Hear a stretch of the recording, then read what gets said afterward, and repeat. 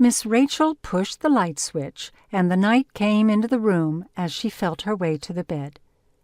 She stared at it with her head on the pillow, stared at the dark, and thought of Jennifer and their comfortable house, with nothing in it save familiar and long-used things, remembered each room and the way it was furnished, and she could recall no time when she would have been afraid to get up in the night and go anywhere in her house, when she would have expected to see anything to frighten her or to have heard any sound except ordinary ones.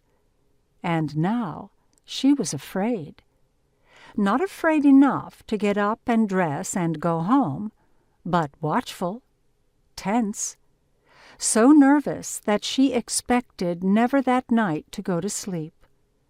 But sleep she did eventually, and perhaps much for the best. There was little she could have done to help what happened that night, and to have been awake would almost certainly have guaranteed her own death. When she awoke, the room was beginning to lighten with the dawn. She was cold under the small amount of bedding she had thought sufficient. There was a crick in her neck from lying with her head propped up by the over-fat pillow that Jennifer had mistakenly packed instead of Miss Rachel's own. When she lifted her knees, the cold air rushed in under the bedclothes and made her shiver. She sat up, pulled the covers up with her, and looked around. The first thing she noticed was the absence of the cat.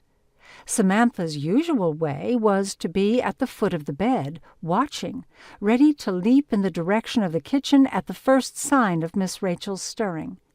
Miss Rachel put a hand down to touch the spot where Samantha had been curled. It was cold. She looked toward the window, where the thin light came into the room from under the green blind, and then she glanced toward the dressing table and froze. It was unbelievable, of course, the thing that sat there. She rubbed her eyes, tried to rub it away before she accepted its actuality.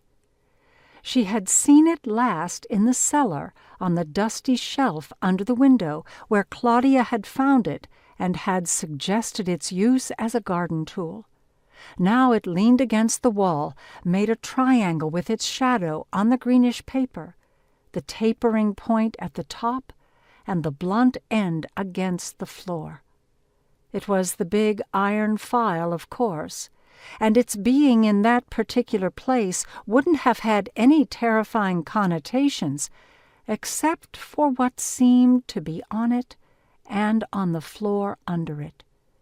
There were stains on the file, and something dark and viscid had dripped down and made a little pool around it.